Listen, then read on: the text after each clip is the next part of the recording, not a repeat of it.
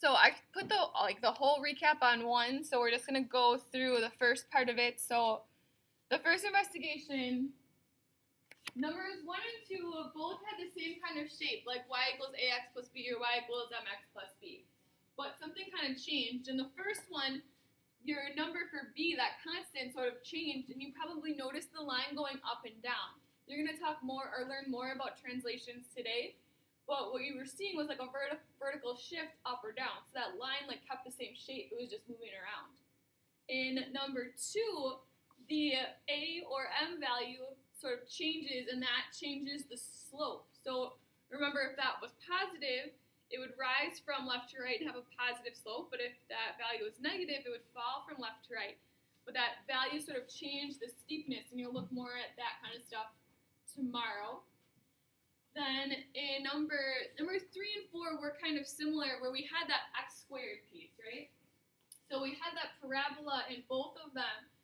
In part 3, that a value that was multiplied in front sort of changed the shape. And so we saw that if that a was a big number that was kind of a stretch, it got narrower.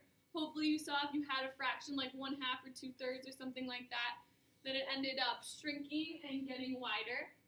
If you had it negative, sort of between 0 and -1, it would still get wider, but it would be reflected and be upside down. And then if it was less than -1, it would still get narrower, but it would be upside down. Do you guys remember seeing that when you were graphing those families? So that same general shape, like that U shape, but it changed a little bit. You'll learn more about that one tomorrow. For part 4, that H and K was that vertex, which we've talked about that in chapter 1. And hopefully you noticed how it was kind of moving all around, but that shape stayed the same. So those are sort of those things that you were supposed to notice when you looked at those families.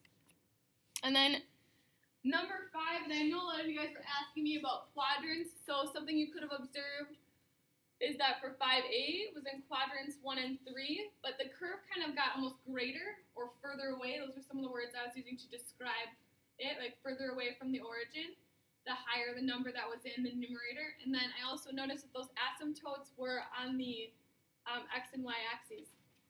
5B was pretty much the same, but it was sort of flipped, right? It had like the negative, and it kind of flipped into quadrants 2 and 4.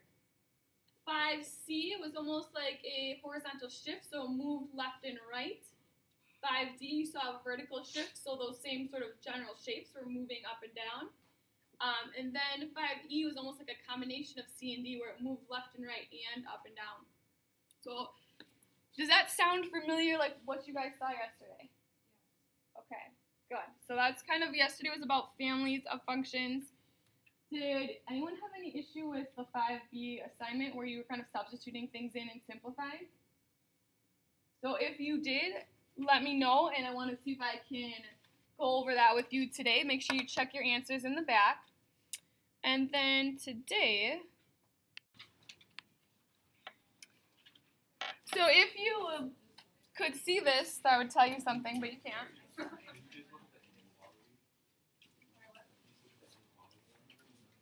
All right, so I know if you guys want to write something down in your notebook, I would write down what I have kind of in green on the screen, but these were the 2 things that you were supposed to have seen yesterday. So yesterday, your investigation was about translations. So you should have seen that the shape didn't change, it just moved around. So in the first part of the investigation, you were adding something to the function and it just moved up and down. So that's like a vertical shift or a vertical translation. So if your b is greater than 0, it's going to move upward. But if your b is less than 0, it's going to move downward. So for example, if I had f of x, and this is definitely not aligned, so I'm just going to take a moment to do that.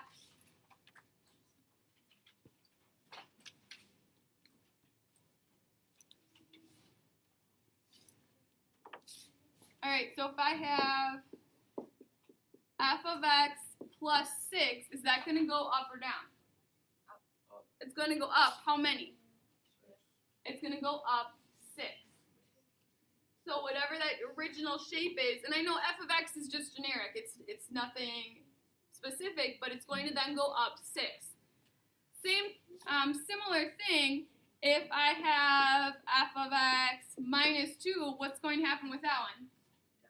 It's going to go down. How many is it going to go down? 2. And I'm going to recap this all again on Friday once you're finished with all the investigations, but I just wanted to go over what you were supposed to have seen. It's also kind of interesting, too. Like, let's say you have a point, I don't know, let's say you have a point on your original function at 1, 1. Whatever your function is, if it's a line, if it's a parabola, whatever. If it's going up 6, then that point would become 1, 7. Do you guys see what I'm saying with that? Because the y-coordinate's going up 6. Same thing, let's say we had this function. If I was going to minus 2, then that point 1, 1 would become 1, negative 1, because that y would move down 2. So that's the first thing you're supposed to see with like moving up and down. The second part was moving left and right. So for this one, it was actually inside those parentheses. And one thing hopefully you'll notice today is that if it's outside the parentheses, it kind of affects it vertically. It changes the y-coordinate. If it's inside the parentheses, it will affect it horizontally. It's going to change the x-coordinate. It works the same way in the fact that if you've got a is bigger than 0, it's going to move right. If a is less than 0, it's going to move left. But it's sort of the opposite of what you think at first. For example, if I have, I'll just do it up here. If I have f of x equals x plus 3, actually, nope, I want to start with a different one. X minus 3, is it going to be left or right? Right. It's actually going to be right because this is a minus sign in here. So that's going to go to the right 3. And if I have f of x, let's say I have x plus 10, is it going to be right or left? It's actually going to go left 10. So it's like the opposite of what you might think at first. You're going to kind of explore these stretches today, and you're going to see some of the similar things like I was mentioning with what it affects. You can also kind of work out the coordinates like I did here with like the adding and stuff, but in this case it would be changes to the x-coordinate. We are going to review all this stuff again, but that was from yesterday's investigation. Are there questions? Yes. I'm going to try and put them all into one video so it's all together instead of these other short ones. So I'm going to wait until the weekend to get some help, some technological help, because I don't know how to put videos together like that. Okay, so one thing I have noticed is that I've got some people asking questions, but not everyone. If you are confused, you need to ask for help, okay? Like, I'm around.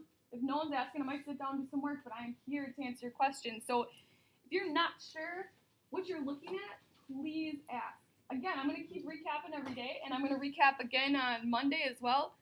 I think that's the plan, but for sure Friday. So there will be a lot of recaps, but you do need to ask. That being said, for me personally, today's investigation.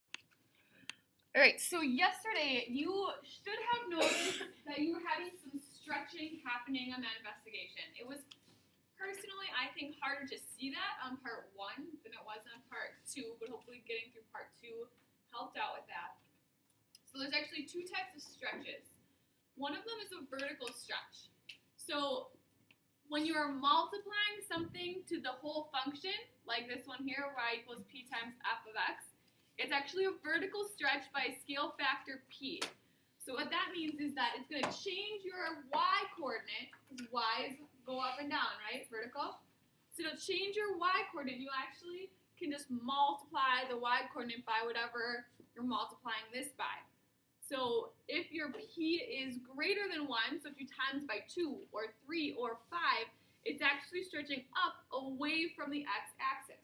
Or I guess down, but it's going away from the x-axis. It'll get narrower. If you have a number that's between 0 and 1, like 1/2, it's actually going to get closer to the x-axis. So, are there questions on that? To me, it's a little bit tricky. The next part's actually trickier for me. But so, like, if you take a look at this, I'm wondering how crazy this is going to be. But let's say I have a point at 2, 3. And if I'm multiplying it, let's say that I was doing y equals 7 times f of x. What would happen is it's just going to change my y-coordinate, and it's going to be 7 times further away. So the new point, the x would still be 2, but the y-coordinate would actually be 21. So we're going to review all of this. So if you're like still shaking on the coordinate stuff, we are going to review all of this. We're going to keep going over it. So I'm just kind of getting you a little introduction here. Now with the multiplying inside the function and by the x, when you multiply the x by something, it's actually a horizontal stretch. So the thing is, it's tricky, is it's actually a factor of 1 over whatever that multiplier is. It ends up looking the same, so like as this number gets bigger, it actually gets closer to the y-axis, so the bigger the number is, it still looks narrower. The looks are very similar, but it's actually getting closer to the y-axis. Then if that number is a fraction, it's getting further away from the y-axis, so it actually looks like it's getting wider. So very similar in looks. And then the thing with this one is that, let's say I have that point, let me make up a point like 2, 3, but I've got my multiplier is 2x. To actually get it to be closer to the y-axis, what happens is I have to take that x coordinate and multiply it by 1/2. So what's 2 times 1/2? I tried to pick an easy one to multiply. 1. So that new coordinate then would be at 1, 3. So again, we are going to recap these. So if you're still feeling shaky, you're okay. Remember, I'm going to post my video after tomorrow, I think. That's my thoughts right now, so I can kind of put all the investigations together. Also, if you want to refer back to this, everything I summarized is in this blue box right underneath investigation 3. So everything that I've got up here is written right here, just in slightly different language. You can always look back on page 143 for that. Okay, are there any questions? Okay, so investigation 4 was all about reflections, and there were 2 reflections that you worked with. I mean, there's more reflections than that exist, but you worked with if there was a negative out front and if there was a negative inside. Well, if there's a negative out front, it's a reflection in the x-axis. So if I have like a right triangle like that, it's going to reflect down here like that. So if it's a negative in front, it changes the y coordinate, but it does not change the x coordinate, which is what I've got here. So if I have a point AB, if this point here is at AB, the A would stay the same. You know, the x coordinate A stays the same, but the B is just the opposite. So if this is positive, it would flip down here and be negative. Just the y coordinate changes. If you've got a reflection, and I'm just gonna, I just thought maybe I'd make them different colors for fun. If you've got a negative on the inside, it's a reflection in the y-axis, so it would flip over here. And so what happens then is that the y-coordinate stays the same, but the x-coordinate changes sign. So if I have this point here is AB, it would flip over here, be at negative A, but still positive B. So those were the 2 things that you were supposed to describe in yesterday's investigation. Does that sound about right, like what you guys saw yesterday?